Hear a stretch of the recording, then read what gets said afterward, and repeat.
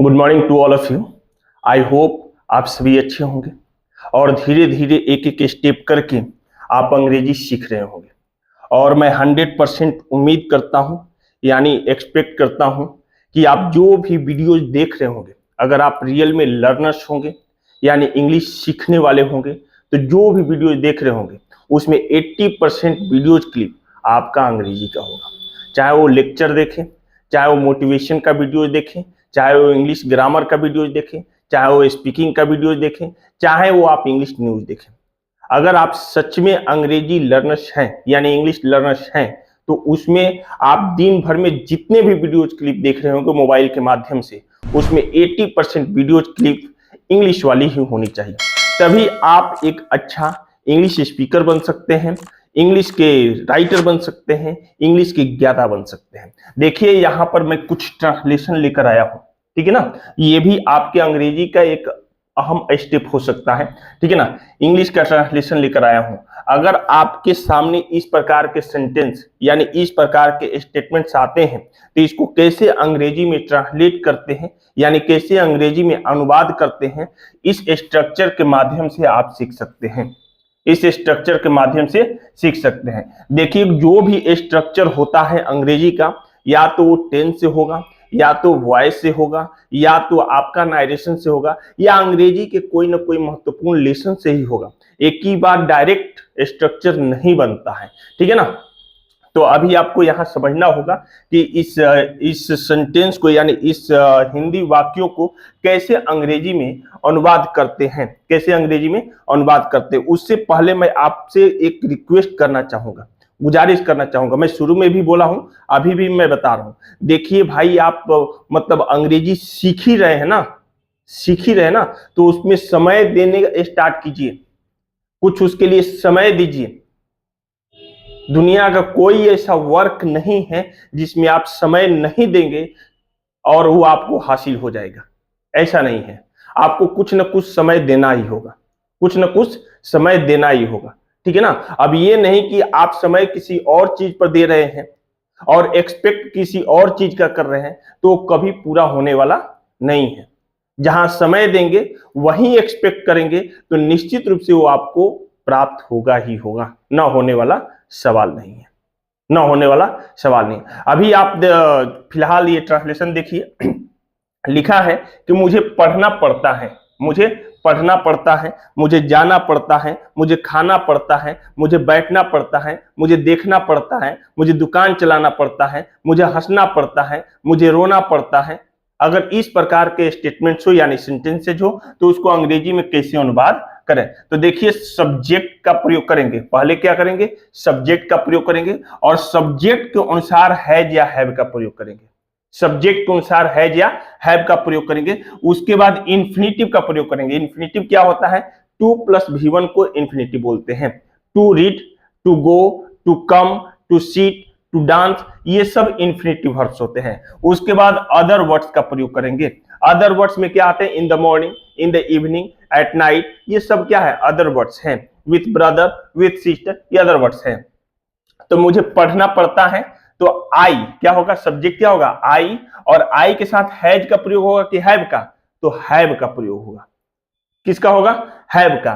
तो I have to read, I have to read, मुझे पढ़ना पड़ता है। आई हैव टू गो, मुझे जाना पड़ता है। आई हैव टू सिट, मुझे बैठना पड़ता है। आई हैव टू लुक, मुझे देखना पड़ता है। आई हैव टू रीड, मुझे पढ़ना पड़ता है, ठीक है ना। आई हैव टू ईट, मुझे खाना पड़ता है। तो आई होप आपको समझ में आया होगा। अब देखिए इसमें अदर वर्ड्स का प्रयोग नहीं हुआ है, अदर वर्ड्स का प्रयोग नहीं हुआ है। तो इसी सेंटेंस में अगर हम अदर वर्ड्स का प्रयोग करते हैं तो वो कैसे होगा, वो भी देख लीजिए। मुझे पढ़ना पड़ता है, तो आई हैव टू रीड। मुझे अपने ब्रदर के साथ यानी अपने भाई के साथ पढ़ना पड़ता है, तो I have to read with my brother. तो विथ माई ब्रदर जो वर्ड हुआ वो क्या हुआ, अदर वर्ड हुआ। तो आई होप आपको फर्स्ट सेंटेंस समझ में आ गया होगा, ठीक है ना। मुझे घर जाना पड़ता है, I have to go to house. मुझे स्कूल जाना पड़ता है, I have to go to school, right. Next sentence है उसे जाना है, तो ही हैज टू गो। ही क्या हो जाएगा, सब्जेक्ट, और ही सिंगुलर है, इसलिए इसके साथ वर्ब क्या लगेगा, हैज का प्रयोग होगा, ठीक है ना। हैज जो होता है वो सिंगुलर होता है और हैव जो होता है वो प्लूरल होता है, याद करके रखिएगा। हैज जो होता है वो सिंगुलर होता है, हैव जो होता है वो प्लूरल होता है। तो ही हैज टू गो, उसे जाना है। मुझे पेड़ पर चढ़ना पड़ता है, चढ़ना का अंग्रेजी होता है क्लाइंब, ठीक है ना। तो I have to climb on the tree, I have to climb on the tree. हम लोगों को क्रिकेट खेलना है, we have to play cricket, we have to play cricket. हम लोग को सुबह में क्रिकेट खेलना है, we have to play cricket in the morning. हमको शाम को क्रिकेट खेलना है, we have to play cricket in the evening, right. तो आई इसी स्ट्रक्चर को फॉलो हो रहा है, ठीक है ना। तो अगर इस प्रकार के सेंटेंस, इस प्रकार के स्टेटमेंट्स आपके माइंड में आ रहा है तो ये स्ट्रक्चर देकर आप उस सेंटेंस को क्या कर सकते हैं, अनुवाद कर सकते हैं, राइट। उसके बाद तुम्हें कपड़ा धोना पड़ता है, you have to wash the cloth, you have to wash the cloth. उसे पाठ याद करना पड़ता है, he has to remember the lesson, he has to remember the lesson. Kajal को सेवा करना पड़ता है, Kajal has to serve, Kajal has to serve. बस सर्व मतलब होता है सेवा करना। मजदूरों को खेतों में काम करना पड़ता है, the labours have to work in the field. देखिए खेत का अंग्रेजी फील्ड भी हो जाएगा और कर्न फील्ड भी हो जाएगा। कर्न फील्ड मतलब जहां से अनाज का उत्पादन किया जाता है, कर्न फील्ड बोलेंगे, राइट। तो मजदूरों को खेतों में काम करना पड़ता है, labours have to work in the corn field, ठीक है ना। हम लोग को सच बोलना है, we have to speak the truth, we have to speak the truth. आपको प्रमाण पत्र लाना है, you have to bring certificate, you have to bring certificate, right. तो आई होप आपको ये 10 सेंटेंस यानी 10 ट्रांसलेशन कैसे अंग्रेजी में अनुवाद करें ये समझ में आ गया होगा। अगर इस प्रकार से रिलेटेड आपके माइंड में कोई सेंटेंस चल रहा है यानी हिंदी के वाक्य चल रहा है तो आप नीचे कमेंट करके बताइए, मैं जरूर उसको ट्रांसलेट करने की कोशिश करूंगा।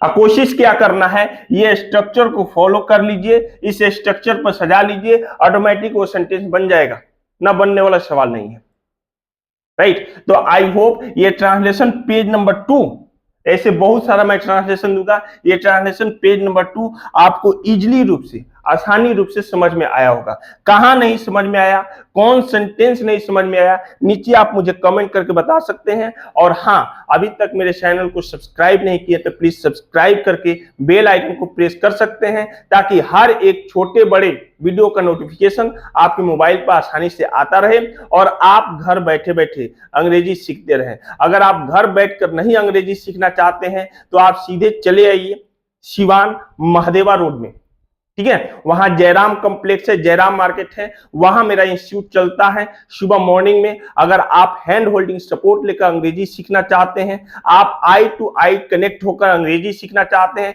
मेरे सामने बैठकर फेस टू फेस अंग्रेजी में टॉक करना चाहते हैं, बिल्कुल आप आकर ज्वाइन कर सकते हैं, और वो भी बहुत कम इजी कॉस्ट में, ठीक है। तो आई होप आपको ये सारी बातें समझ में आया होगा, ये ट्रांसलेशन भी समझ में आया होगा। तो फिर मिलेंगे एक नेक्स्ट वीडियो क्लिप में, एक नेक्स्ट लेसन के साथ। तब तक के लिए तहे दिल से धन्यवाद, बाय बाय, टेक केयर।